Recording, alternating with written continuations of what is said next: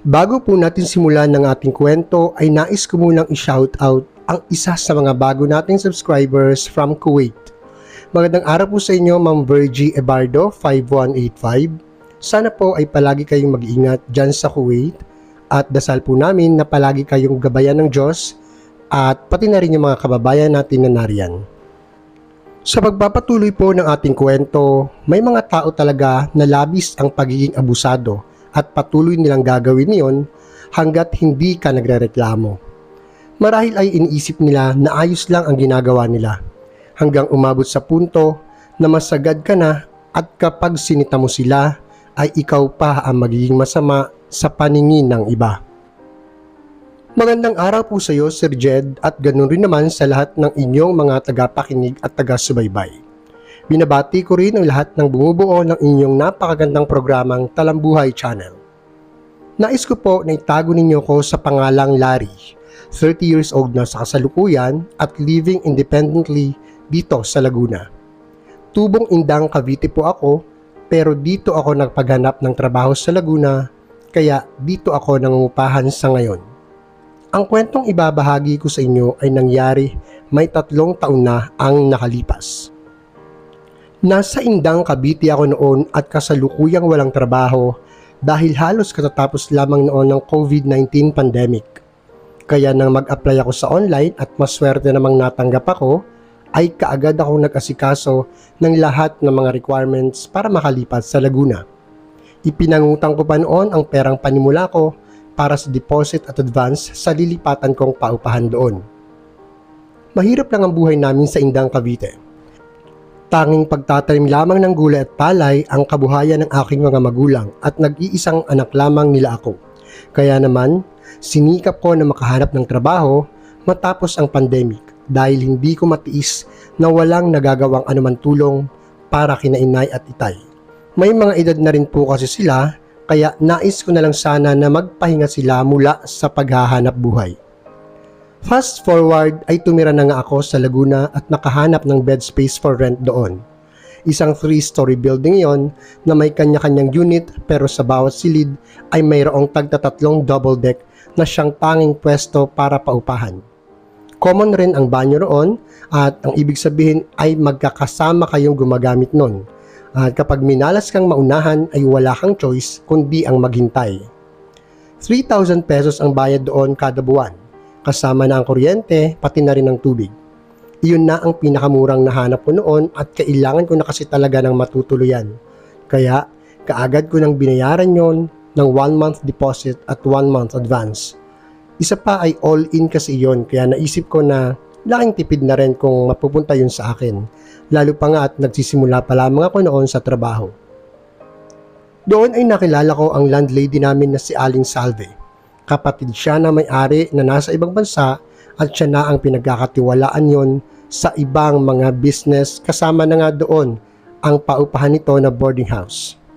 May edad na si Aling Salve at isang matandang dalaga. Wala siyang asawa at syempre wala ring anak. Nag-iisa lamang siyang nakatira sa bakanteng units sa ground floor. Naging maayos naman ang trato sa akin ng aming kasera at palagi pa nga niya akong tinatanong kung mayroon ba akong kailangan. At kung may mga nais daw akong itanong sa kanya tungkol sa apartment o sa inuupahan namin, ay puntahan ko lamang daw siya doon sa unit niya sa baba. Ang nakuha ko kasing unit, Sir Jed, ay yung nasa 3rd floor. Pero mas gusto ko na rin yon kasi tahimik at pinakataas na kami. Walang naririnig na anumang ingay sa mga oras na gusto naming magpahinga. Sa unit ko naman ay nakilala ko ang mga kasamahan ko na sila Nilo at si Ace. Hindi nila mga tunay na pangalan. Bale, 3 lang kami doon dahil bakante pa yung ibang deck. Nalaman ko na nagtatrabaho si Nilo sa isang sikat na fast food at taga Batangas siya. Habang si Ace naman ay taga Quezon Province at nagtatrabaho sa warehouse ng isang pabrika ng mga tela. Naging maayos naman ang samahan naming 3 sa boarding house na iyon. Bagamat minsan lang kami makapag-bonding dahil madalas ay pare-pareho kami mga abala sa trabaho, madalas ay diretso kasing tulog na lang at pahinga ang ginagawa namin kapag umuwi. Nagkakausap-usap naman kami, kaya lang sandali lang kasi pagkatapos nyon ay kanya-kanya na kaming pumupwesto sa higaan para matulog at magpahinga. Noong unang 6 na buwan ko doon sa boarding house ay wala naman akong nakitang kakaibang problema sa bahay. Wala ring masamang pakikitungo si Aling Salve sa akin, bagamat kung minsan ay naririnig ko na parang may sinisermonan siyang ibang mga tenants dahil sa late na bayad nila sa renta.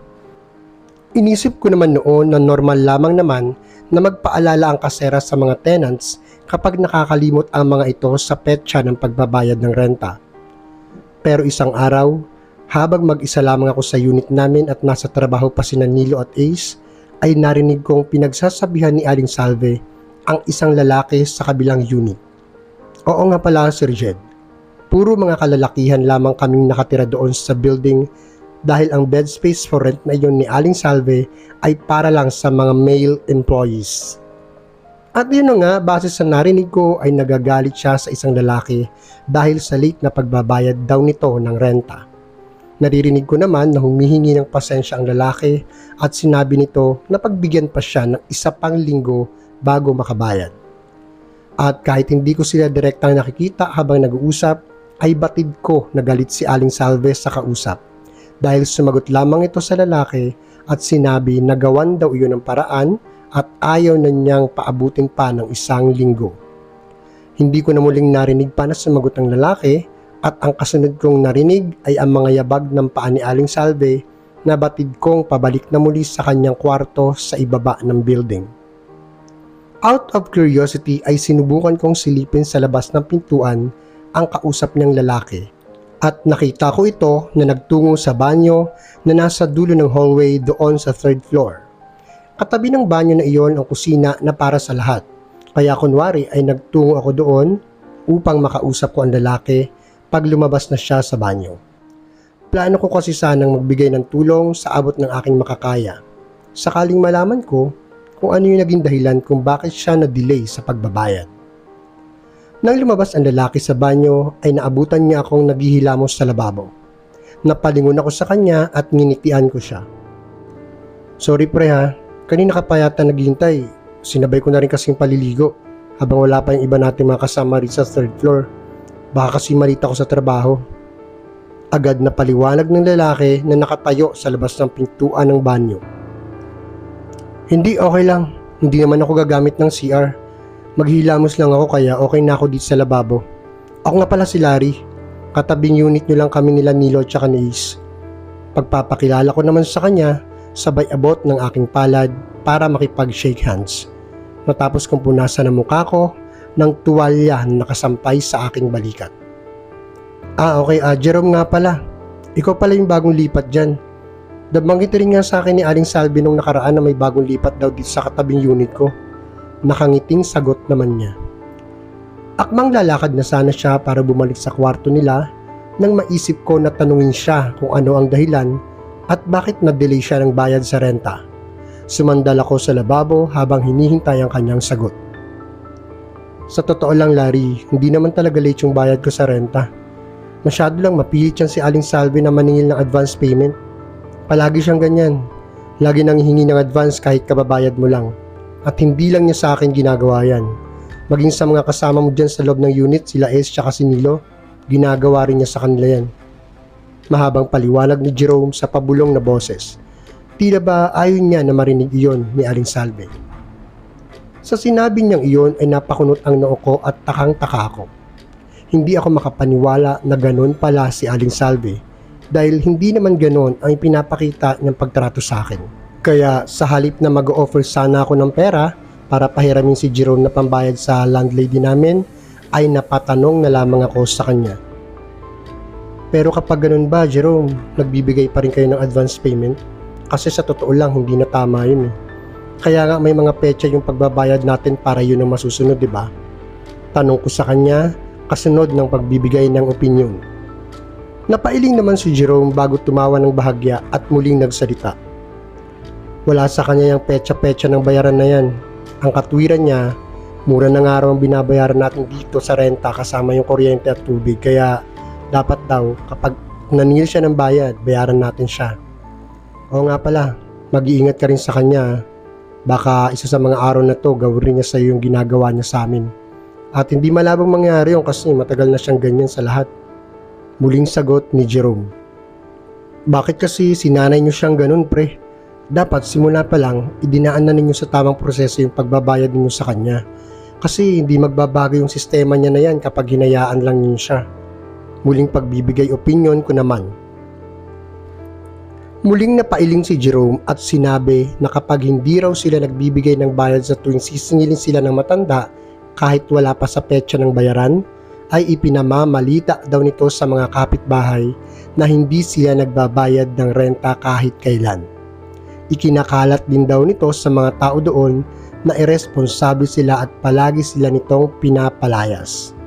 At dahil nga palaging advance ang bayad nila, syempre ay hindi nila magawang umalis dahil sayang nga naman yung mga naunang bayad nila sa renta. Matapos ang usapan namin na iyon ni Jerome ay parang nakadama ako ng kaba at pangamba. Naisip ko na baka nga isa sa mga araw na iyon ay gawin rin sa akin ng kasera namin ang ginagawa niya kila Nilo, Ace at sa iba pa naming tenants doon. Nang minsang magkaroon kami ng pagkakataon na magkapag-usap ng mga kasama ko sa unit, ay doon ko nakumpirma na totoo nga ang mga sinasabi ni Jerome. Madalas raw ay sinisingil sila ni Aling Salve ng advance na bayad sa renta at hindi sila nito pinapagamit ng tubig at kuryente sakaling hindi sila makapagbigay ng advance payment. Pinapatay daw nito ang pinakametro ng kuryente para hindi sila pagamitin. Ganon rin ang pinaka-main na kontador ng tubig. Kung makakahanap nga raw sila ng ibang maupahan ay kaagad silang lilipat kahit iwanan na nila ang mga na-advance nilang bayad. Pero dahil si Aling Salve lang ang may boarding house doon na all-in payment kasama ng bayad sa tubig at kuryente, ay no choice sila kundi ang manatili na lamang doon. Nalaman ko rin na mahigit 1 taon na pala na ganoon ang patakaran ni Aling Salve sa mga tenants nito. Isang araw habang bumibili ako ng itlog at noodles sa tindahan ng isa sa mga kapitbahay ni Aling Salve, ay tinanong ako ng tindera na nagpakilalang si Manang Pilar. Inalam niya kung ako raw ba yung bagong nangungupahan sa boarding house ni Aling Salve. Nang kumpirmahin ko iyon, ibigla siyang natawa at sinabi sa akin na ikinikismis raw ako ni Aling Salve sa kanila na simula raw nang tumira ako doon ay hindi pa ako nagbabayad sa renta kahit minsan. Sir Jed, bilang isang tunay na lalaki ay hindi naman ako mahilig sa chismis o kahit makinig man lang sa anumang usapan sa labas. Pero sa pagkakataong iyon ay parang naagaw ni Manang Pilar ang atensyon ko. Kaya naman, tinanong ko siya kung gaano katotoo ang lahat ng mga sinasabi niya. Naniwala ako sa kanya dahil alam niya ang pangalan ko at kung saang unit ako nakatira. Sinabi na raw ni Aling Salve ang lahat tungkol sa akin. Sa inis ay hindi na lamang ako nagsalitang muli at umalis na lamang sa tindahan. Mabuti na lang at maaga pa iyon kaya hindi pa masyadong marami ang mga bumibili. Dahil kung nagkataon ay tiyak na maririnig iyon ng marami at sobrang nakakahiya ito. Nang makabalik ako sa unit namin ay napansin ni Nilo ang pagsimangot ng mukha ko. Kasalukuyan siya noong nagbibihis para makapasok na rin sa trabaho. Oh bro, ano nangyari? Bakit para bigla kang sumimangot? Kanina lang bago ka lumabas, okay ka pa. Sita niya sa akin habang inaayos ang manggas ng kanyang t-shirt. Totoo nga yung mga sinabi ninyo ni Ace at ni Jerome sa kabilang unit, pre. Masyado pala talagang abusada itong si Aling Salve. Hindi lang yun, mapaghatid pa ng mga maling kwento. Biro mo, sinabi sa akin ni Manang Pilar na kwento daw sa kanya nitong kasera natin na hindi pa ako nakakapagbayad ng renta kahit kailan simula nang dumating ako rito. Nakakainis siya. Kahit kailan nga, sa 8 buwan kong pangupahan dito, hindi pa ako nadili ng bayad sa kanya. Kaya nga hindi niya ako magawang singilin kasi palagi akong advance at saka on time magbayad. Mahabang paliwanag ko sa naiinis na boses. Welcome to the club, dude! At least ngayon, kasama ka na namin na ma-stress sa matandang yan. Pabirong singit naman ni Ace nang pumasok sa pinto ng unit namin. Katatapos lamang niya noon maligo at naghahanda na rin para pumasok sa trabaho. Hindi tama to mga pre. Dapat tayo na mismong magkontrol sa kanya kasi bukod sa maling impormasyon na kinikwento niya sa iba, nasisira rin tayo sa mga tao. At saka kapag nanahimik lang tayo, patuloy na walang gagawin, parang inaamin na rin natin na totoo nga yung mga sinasabi niya sa iba. Seryosong pahayag ko naman sa kanila. Sa bagay, tama ka pre. Pero alam nyo, may naisip akong solusyon eh. Pakli naman ni Nilo sa usapan. Ha? Ano namang solusyon yan? Huwag na tayong magbayad, ganun. Eh di lalo tayong kinismis niyan sa mga tao dito. Kilala mo naman yung matandang yan. Daig pa yung aswang na tiktik sa sobrang talas ng dila. Pabirong saad naman ni Ace habang pinapaikot sa tenga ang cotton buds. Hindi yun Ace. Ano kaya kung humanap na lang tayo ng ibang malilipatan tapos hayaan na natin yung mga na-advance nating bayad sa kanya. Ako kasi 2 buwan na lang naman yung advance ko na rentang binayad sa kanya eh. Mungkahi ni Nilo. Magandang ideya nga yan. Tapos nag-share na lang tayo dun sa malilipatan natin. Ano sa palagay ninyo? Sang-ayon naman ni Ace. Sige, okay rin sa akin yan. Pero paano si Jerome? Yung nasa kabilang unit? Naawa rin kasi ako sa kanya eh. Isa rin kasi siya sa mga inaabuso ni Aling Salve sa bayaran ng renta. Putol ko naman sa usapan. Problema ba yun? E di sama natin. Sigurado naman nasasama yun. Tsaka baka kapag ginawa natin to, matauhan na rin yung ibang tenants dito at tsaka gayahin din tayo. Muling wika naman ni Nilo. Sir Jed, nagkasundo kami sa desisyon na iyon at agad ko rin kinausap si Jerome. Ayaw pa nga sana niya noong una dahil nga nangihinayang siya sa mga nai-advance niyang bayad sa upa. Pero nang ipiniliwanag ko sa kanya ang maaaring masamang maging epekto ng patuloy niyang pananatili sa boarding house, ay nakumbinsi rin siya bandang huli. Kaagad kaming naghanap ng panibagong malilipatan. Nagsalitan kami nila Nilo at Ace sa pag-iikot-ikot sa malapit na lugar sa tuwing araw ng day off namin. Ngunit ilang linggo bago kami nakahanap ng bagong malilipatan ay narinig ko ang malakas na boses ni Aling Salve habang kumakatok sa pintuan ng aming unit. Halos sabay-sabay pa kami nag-uunahan para buksan ang pintuan at nang binuksan iyon ay ang galit na mukha ng aming landlady ang bumungad sa amin. Nalaman daw pala niya ang plano naming paglipat at sinabi raw iyon ni Jerome. Opo, Sir Jed. Si Jerome na pinagkatiwalaan ko at tinangka ko pang tulungan sana noon ang siya rin palang mangbibistos sa amin at magsusumbong kay Aling Salve. Nagkatingin na naman kaming tatlo ni Nilo at ni Ace. At kahit hindi man nila sabihin ay batid ko na ako ang sinisisi nila dahil ginusto ko pang isama si Jerome sa plano namin na dapat ay kami-kami na lang sana ang nakakaalam. Nagpaliwanag kami sa kasera namin at inamin ang totoo na ayaw na talaga namin ang paraan ng pamamalakad niya sa boarding house tungkol sa bayaran ng renta. Hindi na siya nagsalita pa pero isang makahulugang ngiti lamang ang iniwan niya sa amin bago padabog na umalis at nagtungo ng muli sa kanyang silid sa ibaba. Matapos nyon ay humingi ako ng paumanhin kina Nilo at kay Ace. Sinabi ko na nais ko lamang naman sanang tulungan si Jerome dahil naaawa ko sa kalagayan nito. Naunawaan naman nila ako at agad kami nagkaayos ng oras din na iyon. Pero buo na ang desisyon namin, kaya pinlano namin na kami na lamang tatlo ang magsasagawa ng paglipat. Nainis rin sila kay Jerome noon at nais sana nilang sugurin ito sa kabilang unit. Ngunit wala ang lalaki roon ng mga oras na iyon. Ayon sa kasama nito ay nasa trabaho pa raw siya at hindi pa umuwi. Makalipas ang ilang linggo ay hindi na kami muli pang sinita at kinausap ni Aling Salve. Hindi na rin namin nakita paroon si Jerome hanggang sa nabalitaan na lang namin na umalis na pala ito sa boarding house at bumalik na lang sa kanilang probinsya dahil natanggal pala ito sa kanyang trabaho. Isang araw ay iyon na sana ang mismong petsa ng pag-alis namin sa boarding house ni Aling Salve. Nauna akong umuwi noon galing sa trabaho dahil gabi pa ang oras ng uwi nila Ace at Nilo. Pero nang dumating ako, ay nakita kong nakapadlock na ang pintuan ng unit namin. Ginamitan iyon ng ibang kandado at tila ayaw na kaming papasukin doon. Kaya, hindi ko nagamit ang hawak kong susi at hindi ko nagawang mabuksan ang pintuan. Naroon pa sa loob ng unit ang mga gamit namin dahil hindi pa kami nakakapaghakot ng mga panahon na iyon. Bagamat may ideya na ako sa kung sino ang may gawa niyon ay hindi muna ako gumawa ng ingay at anumang hakbang. Hinintay kong dumating ang mga kasama ko at nagpalipas muna ako ng oras sa labas upang humanap ng makakainan dahil nagugutom na rin ako noon. Halos magdadalawang oras na ang lumipas nang marinig kong nag-ring ang aking telepono habang nakaupo ako sa kainan sa di kalayuan. Nakita ko na tumatawag sa akin si Nilo at kaagad kong sinagot iyon. "Hello Larry pre, nasan ka? Bakit nakapadlock na tong unit natin? Tsaka bakit iba yung kandado? Nasaan yung mga gamit natin?" Sunod-sunod na bungad na tanong ni Nilo sa akin. "Hello pre, nagtitilong ako sa malapit. Nagpalipas lang ako ng oras habang hinihintay kayo ni Ace. Nandiyan na ba kayo pareho?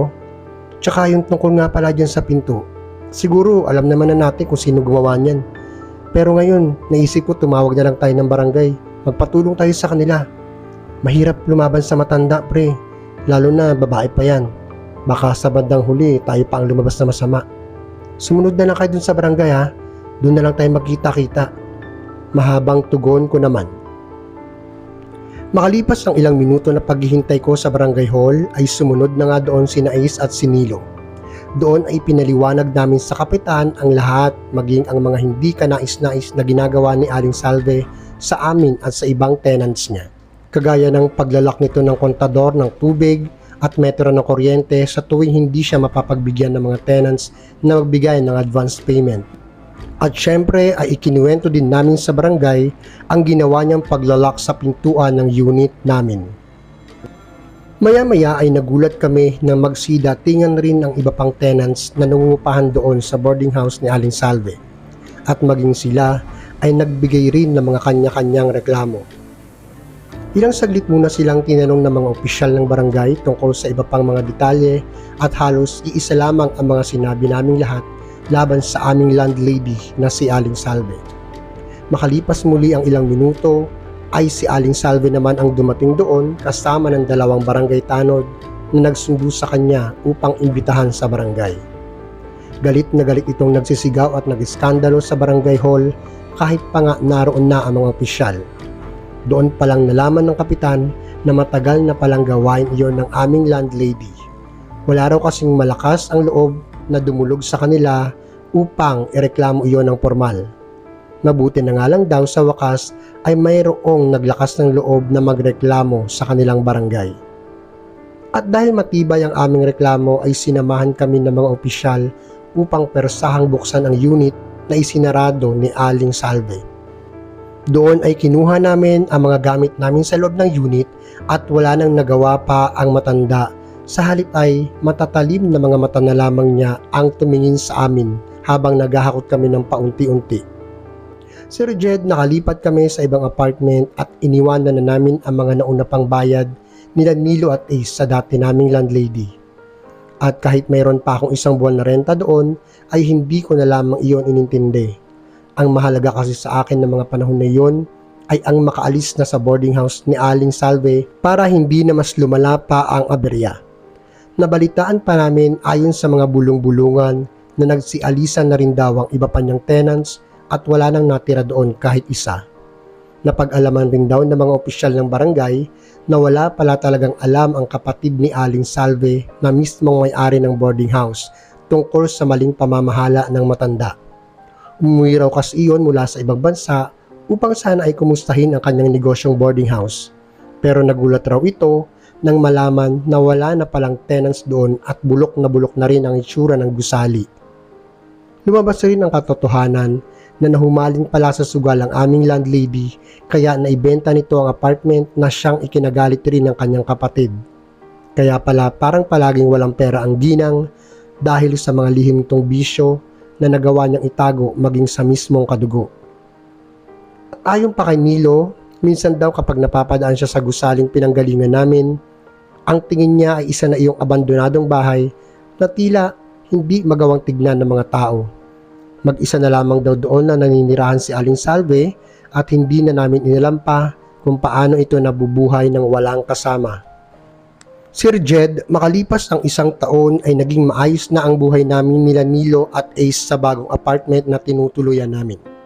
Magkakasama pa rin kami noon sa bahay at masasabi ko na napakalaking tulong sa amin na magdesisyon kaming lumipat at magsama-sama na lamang sa iisang bubong. Dahil doon ay nagawa kong makaipon ng sarili kong pera at nakakapagpadala na rin ako ng pera kina nanay ng maayos. Naipagawa ko na rin noon ang bahay namin sa Cavite na dati ay butas-butas ang bubungan at tagpi-tagpi lamang ang dingding. Samantala, si Nilo at Ace naman ay unti-unti na rin nakakaipon ng kanilang mga gamit at nakakapagsuporta na rin sila ng maayos sa kanilang mga pamilya. Makalipas ang ilang buwan ay nakarating sa amin ng isang malungkot na balita. Nasunog raw ang dating boarding house ni Aling Salve at sa kasawiang palad ay kasama siya na natupok ng apoy sa loob dahil hindi niya nagawang makalabas dulot ng hirap na kumilos sa katandaan. Kahit paano ay nakadama ako ng pagkalungkot at simpatya para kay Aling Salve. Ngunit sadyang iyon na siguro talaga ang kanyang kapalaran. Sa ngayon, Sir Jed, ay magkakasama pa rin kami ni Nilo at Ace dito sa apartment. Ngunit nagpaplano na akong kumuha ng sarili kong bahay sa susunod na taon sa pamamagitan ng Pag-ibig House Loan. Batid at danas ko kasi na hindi ganun kadali ang mangupahan ng bahay lalo na kung makakatagpo ka ng mga abusadong landlady o landlord. Dito ko na po tatapusin ang aking liham. Sana po ay nagbigay ito ng inspirasyon sa sino mang makakarinig ng kwento ng buhay kong ito. Palagi po akong nakatutok sa inyong programa habang nasa biyahe pa uwi, kahit bago matulog, at lalong-lalo na kapag abala sa mga gawaing bahay sa apartment kapag araw ng day off ko. More power po sa inyo at mabuhay po kayo. Lubos na gumagalang at nagpapasalamat, Larry mula sa Indang, Cavite.